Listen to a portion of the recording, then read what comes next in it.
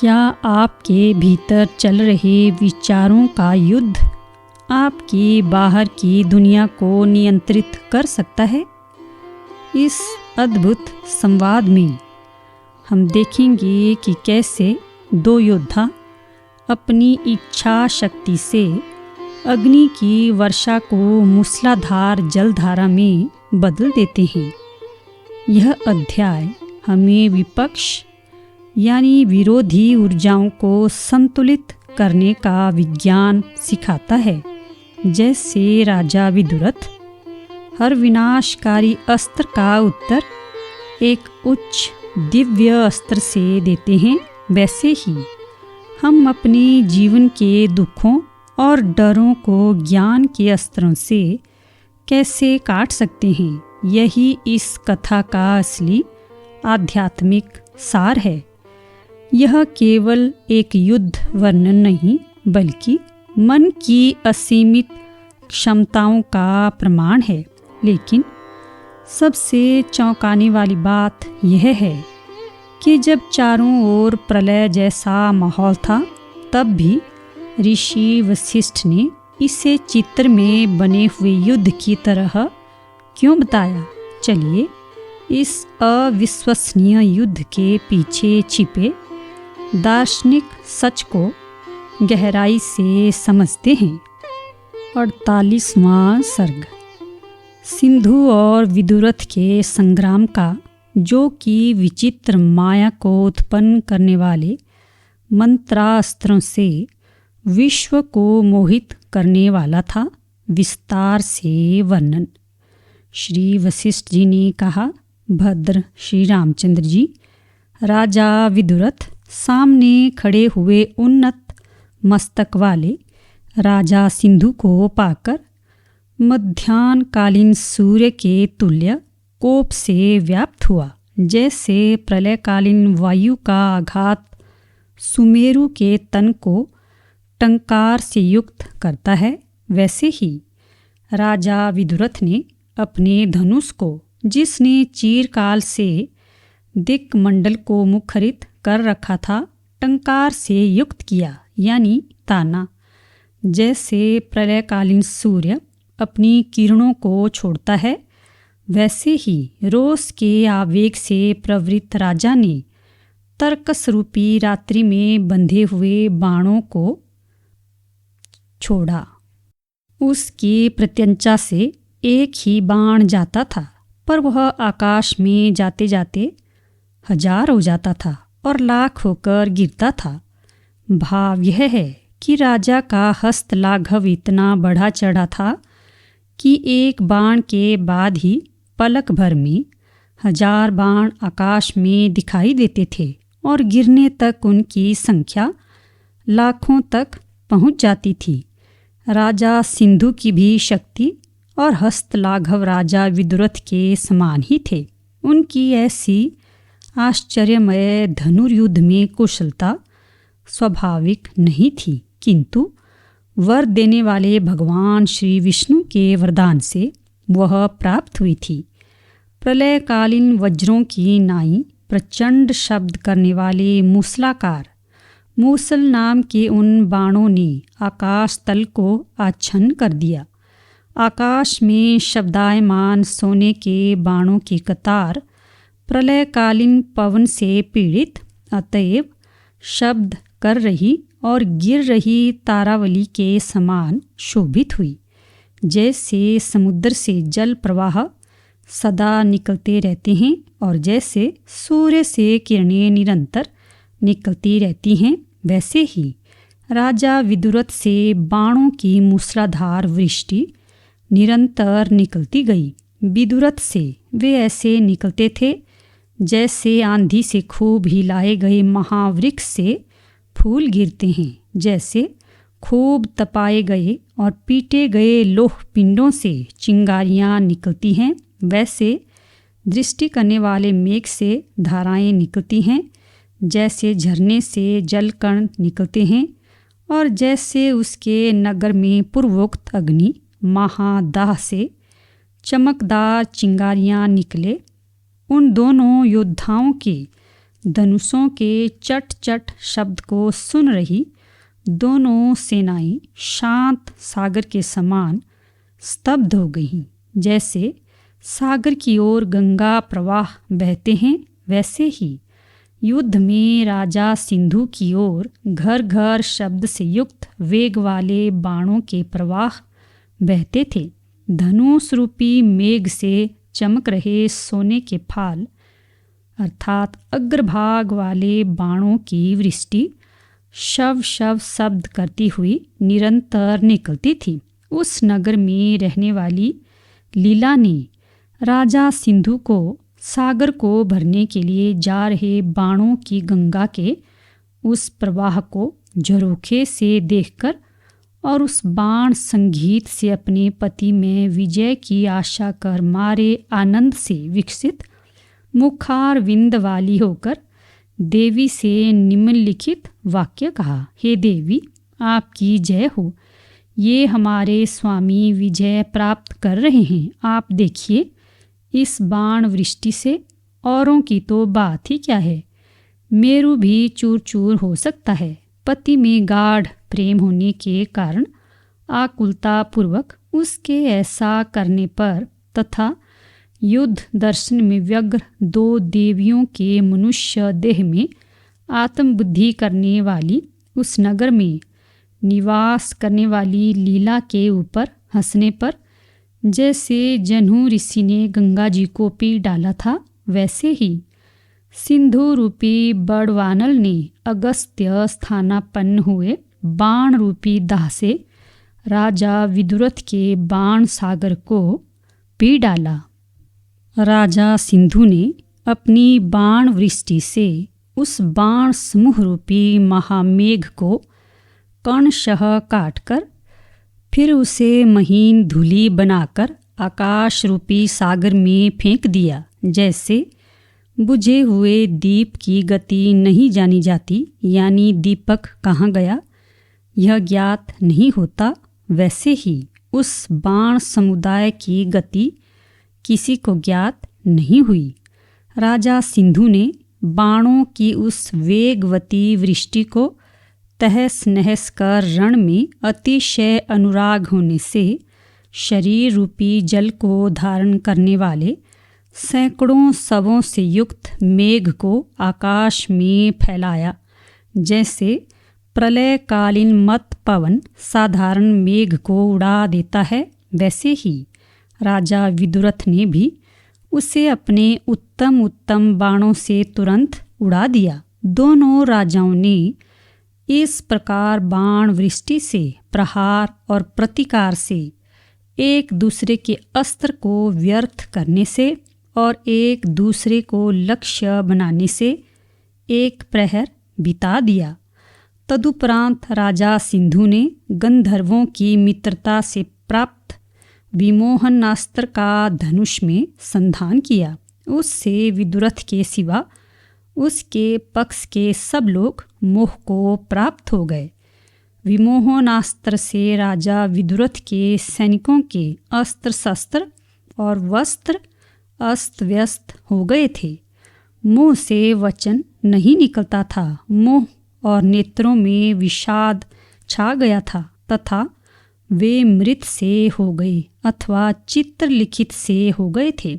सम्मोहन अस्त्र से उत्पन्न मोह के विदुरथ से भिन्न लोगों को मंद बनाते न बनाते राजा विदुरथ ने प्रबोधास्त्र उठाया। प्रबोधास्त्र के संधान से प्रातःकाल में कमलिनी की नाई सब लोग जाग उठे। तब तो जैसे सूर्य मंदेह नाम के राक्षस पर क्रुद्ध होता है, वैसे ही राजा सिंधु विदुरथ पर क्रुद्ध हुआ, यानी लाल पीला हुआ। तदनंतर उसने भीषण नागास्त्र उठाया, जो कि पाश बंधन द्वारा दुखदायी था। नागास्त्र से आकाश पर्वताकार सांपों से व्याप्त हो गया। मृणालों से अर्थात कमल की जड़ों से जैसे तालाब विलास को प्राप्त होता है, वैसे ही सफ़ेद सांपों से भूमि विलसित हुई।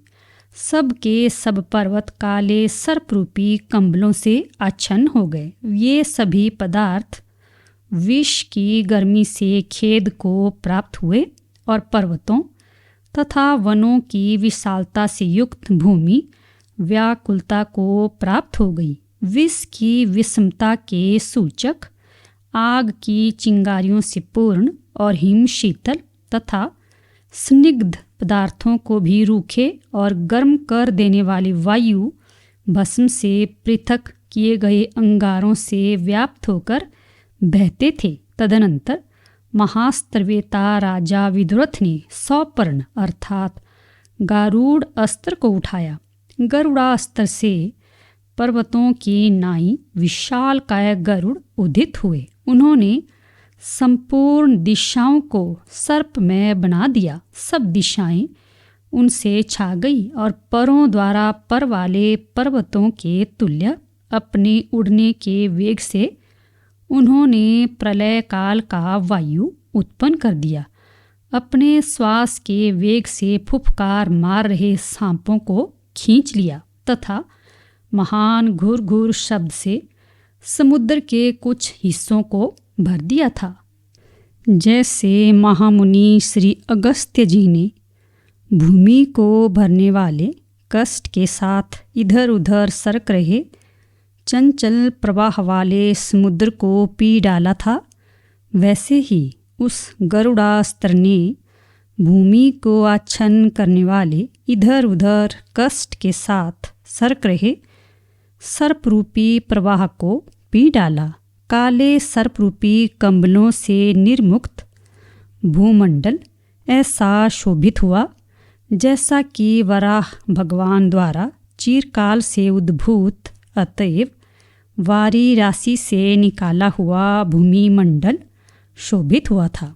तदुपरांत वह गरुड़ों की महती वाहिनी जैसे वायु के झोंकों से दीप समुदाय अदृश्य हो जाता है, जैसे शरद ऋतु से मेघमंडल लुप्त हो जाता है, जैसे वज्र के भय से पक्षयुक्त मैनाक आदि पर्वत संघात सामने से अदृश्य हो जाता है, जैसे स्वप्नदृष्ट नगर लुप्त हो जाता है और मनोरथ से कल्पित नगर तथा जल प्रवाह या नगरों की परंपरा विलुप्त हो जाती है, वैसे ही न मालूम कहाँ चली गई। तदुपरांत राजा सिंधु ने अंधा बनाने वाले अंधकार को पैदा करने वाले तमो अस्त्र की सृष्टि की। उससे काला और शिला के मध्य के समान घना अंधकार बढ़ा। अंतरिक्ष और भूमि मंडल के मध्य में फैला हुआ वह घना अंधकार एकमात्र सागर सा हो गया। उसमें दोनों राजाओं की सेनाएं मछलियाँ सी हुई और उनके अंग प्रत्यंग में लगे हुए मणिगण तारे से हुए। अंधकार के प्रसार से जगत स्याही के पंख के सागर के तुल्य हो गया और अंजन पर्वत के उपादान रूप धूली कणों के साथ उत्पन्न हुए प्रलय वायुओं से व्याप्त सा हो गया। सब लोग मानो अंधे कुएं में गिर रहे थे। चारों दिशाओं के कल्पांत काल की नाई सब व्यवहार नेस्तनाबूद हो गए थे। तदुपरांत मंत्रों में श्रेष्ठ राजा विदुरथ ने ब्रह्मांड मंडल में दीपक तुल्य प्रकाश करने वाले सूर्यास्त्र की सृष्टि कर गुप्त मंत्रणा की कोई अपेक्षा किए बिना ही जगत को सचेष्ट कर दिया। तदनंतर सूर्य रूपी अगस्त्य ने अपने किरणों से अंधकार के सागर को ऐसे पी डाला जैसे निर्मल शरद ऋतु काले मेघों को पी डालती है। अंधकार रूपी वस्त्र से उन्मुक्त सुंदर मेघों से युक्त निर्मल दिशाएं वस्त्र रहित रमणीय स्तन मंडल से संपन्न कांताओं की नाई राजा के सन्मुख सुशोभित हुई। उनके मध्य में सज्जनों के अंतःकरण में लोभ रूपी काजल समूह से मुक्त बुद्धि के समान संपूर्ण वन पंक्तियाँ प्रकट हो गई। तदनंतर क्रोध से व्याकुल राजा सिंधु ने एक क्षण में महाभयंकर राक्षसास्त्र का प्रयोग किया। राक्षसास्त्र के प्रयोग से 10 दिशाओं से बड़े भयानक और कठोर वन राक्षस निकल आए। वे पाताल में रहने वाले दिग्गजों की फुफकार से विक्षुब्ध सागरों के तुल्य थे। उनकी जटाएं कपिल रंग की और ऊपर को खड़ी थी, चट चट शब्द कर रहे थे। उनकी भीषण जीभ लपलपा रही थी। अतएव वे ऊपर उठने वाली लाल ज्वालाओं से युक्त चट चट शब्द कर रही थी, जिसमें काली कराली मनोजव सुलोहिता आदि 7 उग्र ज्वालाएं लपलपा रही हों। ऐसी गीले काठ वाली अग्नि के समान धूम्रवर्ण के थे। वे आकाश में जल भौरी की नाई घूमते थे, भीषण चित्कार शब्द टंकार करते थे। अतएव वे अग्नि के संताप से युक्त जल रहे और महान धुएं से चंचल उल्मुख धारियों के सदृश थे। दाढ़ रूपी मृणालों से आक्रांत मुखों से और कीचड़ से मलिन चक्षु आदि इंद्रियों से युक्त, रोम रूपी सेवाल से युक्त शरीर वाले वे खराब पल्लवों के अर्थात छोटे तालाबों तटों की नाई उदित हुए थे। खराब पल्लवों के तट मृणालों और कीचड़ तथा कमल गट्टों से व्याप्त रहते हैं और सेवाल भी उनमें रहता है। जैसे सजल मेघ गरजता है, सूर्य चंद्र तारे आदि ज्योतियों को निगल जाता है और बिजली से युक्त होता है, वैसे ही गरज रहे और लोगों को निगल रहे, मानो जगत को निगलने के लिए ब्रह्मा द्वारा रचे गए से वे जटाजाल रूप बिजली से युक्त थे। इसी समय युद्ध भूमि में लीलापति राजा विदुरथ ने दुष्ट भूतों का विनाश करने वाला नारायण अस्त्र प्रयोग करने के लिए उठाया। इस श्रेष्ठ अस्त्र के उदित होते ही सूर्य के उदित होने पर जैसे अंधकार विलीन हो जाता है, वैसे ही राक्षसों की वे विविध शस्त्रास्त्र परंपराएं विलीन हो गई। नारायण अस्त्र के प्रयोगों से तीनों भुवन राक्षसों की महती सेना से शून्य हो गए। अतएव जैसे शरद ऋतु में मेघों से निर्मुक्त अतएव निर्मल आकाश शोभित होता है, वैसे ही राक्षस सेना शून्य त्रिभुवन शोभित हुआ। तदनंतर राजा सिंधु ने आग्नेयास्त्र, जिसने आकाश को प्रज्वलित कर दिया था, छोड़ा। उससे दिशाएं प्रलयकालीन अग्नि से जलाई गई सी जलने लगी। धूम्ररूपी मेघों के संघात से आच्छन्न संपूर्ण दिशाएं आकाश में गूंथे हुए पाताल के अंधकार से आकुल सी हो गई। जले हुए पर्वत सोने के से लगते थे और फूले हुए और अत्यंत घने चंपा वृक्षों के वनों से युक्त से लगते थे। आकाश पर्वत और दिशा मंडल मृत्यु के उत्सव में कुमकुम से सींची गई मालाओं की नाई अग्नि की ज्वालाओं के जाल से जटिलता को प्राप्त हो गए, यानी व्याप्त हो गए। हजारों आकार वाले नौका वेगों से सागर से आए हुए और आकाश चुंबी बड़ वानल से मानो जगत के अग्नि रूपी अद्वैत की संभावना करती हुई जनता जलाई गई। राजा विदुरथ ने आग्नेय अस्त्र को जीतकर रिपु सिंधु पर भी जैसे यह अस्त्र प्रहार करे वैसे पूजा करके वारुणास्त्र का प्रयोग किया। उस अस्त्र के प्रयोग से शरों के मार्ग के अवकाश में 10 दिशाओं से चारों ओर के अंधकार के प्रवाह की नाई, द्रव रूप पर्वतों की नाई, आकाश के भाग की नाई, स्थिर गति बादलों की नाई, महासागर की नाई और ऊपर से नीचे को लुढ़काई गई कुल पर्वतों की चट्टानों की नाई जल प्रवाह आने लगे। वे जल प्रवाह क्या थे? मानो बाणों के मार्गभूत आकाश में उड़े हुए तमाल वृक्षों के झुंड थे। आपस में एक दूसरे से पिरोई हुई रात्रियां थीं। लोकालोक पर्वत की तलहटी से निकले हुए असंख्य काजल के अंधकार रूपी ढेर थे। आकाश के दर्शनों की तीव्र इच्छा वाली विशालकाय पाताल की गुफाएं थीं, जिनकी स्वभावतः विशाल देह महान घुरघुर शब्द के वेग से और भी अधिक बढ़ गई थी। जैसे भुवन व्यापिनी काली रात संध्या को शीघ्र ही पी डालती है, वैसे ही जल संघात ने उन्मत्त उस अग्नि संघात को पी डाला। जल राशि ने महान विस्तार को प्राप्त उस अग्नि को पीकर जैसे व्यक्त प्रकट होती हुई निद्रा श्रम से शांत शरीर को भर देती है, वैसे ही पहले ज्वालाओं से व्याप्त भुवन तल को भर दिया। पूर्व अस्त्र द्वारा की गई अपनी मलिनता को हटाने वाले तथा उनसे विरुद्ध अस्त्र वेताओं ने परस्पर ऐसे माइक अस्त्र मोह किए, जिन्हें वे अपने सामने स्वयं देखते थे और शत्रु के विनाश रूप फल द्वारा उनका अनुभव भी करते थे।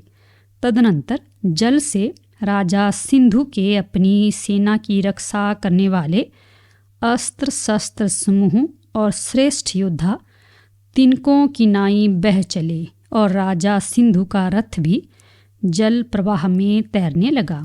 इसी बीच राजा सिंधु को शोषणास्त्र का स्मरण हुआ। उसने आपत्ति से बचाने वाले तथा देव से प्राप्त शर रूपी शोषणास्त्र का धनुष में संधान किया। सूर्य के उदय से रात्रि की नाई शोषणास्त्र से जलमयी माया शांत हो गई। जो मर चुके थे वे मरे ही रह गए, किंतु भूमि तल सूख गया। तदनंतर मूर्ख के क्रोध के सदृश लोगों को क्लेश पहुंचा रहा सूर्यताप, जो कि सूखे हुए पत्तों से इधर उधर चारों ओर व्याप्त विशाल वनों से अधिक कठोर हुआ था, खूब बढ़ने लगा। दिशाओं की चमचमा रहे स्वर्ण के द्रव की नाई सुंदर शरीर शोभा ऐसी भली मालूम होती थी, मानो राजाओं की उत्तम स्त्रियों के शरीर में लगा हुआ केसर आदि का अंगलेप हो।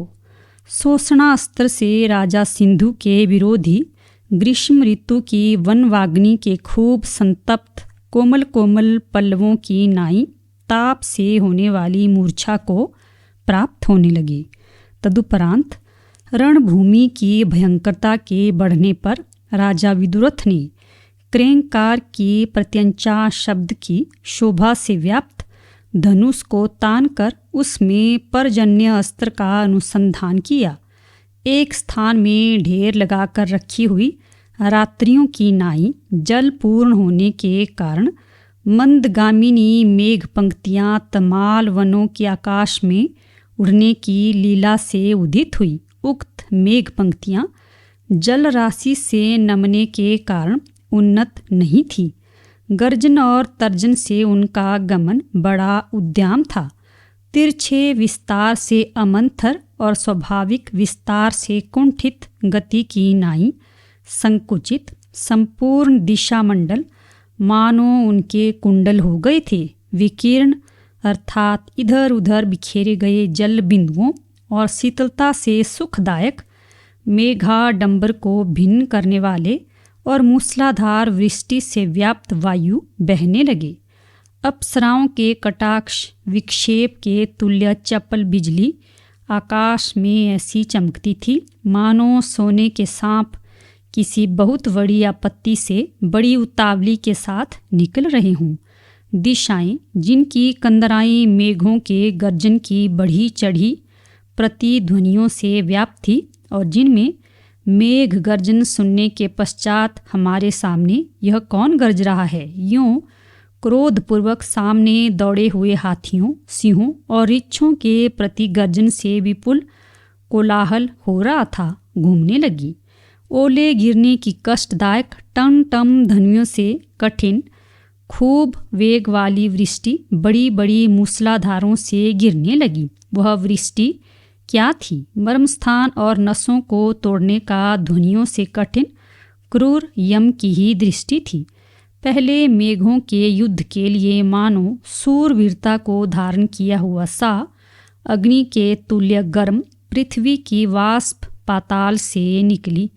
तदुपरांत परमात्मा की बोध रूप निरतिशय आनंद प्रवाह से सांसारिक वासनाओं की नाई मृग तृष्णा को पैदा करने वाले आत्म संताप अर्थात प्रचंड सूर्य प्रकाश पर्जन्यास्त्र से एक पलक भर में शांत हो गया। सारा भूमंडल कीचड़ से सन गया, अतएव उसमें चलना भी दूभर हो गया। राजा सिंधु जलधाराओं से ऐसा पूर्ण हो गया जैसा कि जल राशि से समुद्र भर जाता है। यूं जलधाराओं से व्याप्त राजा सिंधु ने वायव्य अस्त्र का प्रयोग किया। वायव्य अस्त्र ने आकाश रूपी कोटर को वायु से पूर्ण कर दिया और वह स्वयं प्रलय काल के नृत्य में मत्त और गा रहे भैरव के सदृश भीषण था, यानी उसमें साए साए शब्द और कंपन प्रचुर मात्रा में हो रहा था। 10 दिशाओं में प्रबल आंधी बहने लगी। जैसे वज्र गिरने से लोगों के शरीर में दर्द होता है, वैसे ही उक्त आंधी ने प्राणियों के अंगों को व्यथित कर डाला। बड़ी बड़ी शिलाओं के टुकड़ों को तोड़ फोड़ डाला। योद्धाओं के प्रलय काल की सूचना करने वाले एवं योद्धाओं के प्रतियोद्धाओं द्वारा किए गए बड़े बड़े टंकारों से, यानी शिलाओं को तोड़ने की ध्वनियों से टंक वाले से अर्थात पत्थरों को तोड़ने के हथियारों से अर्थात घनों से युक्त सी थी।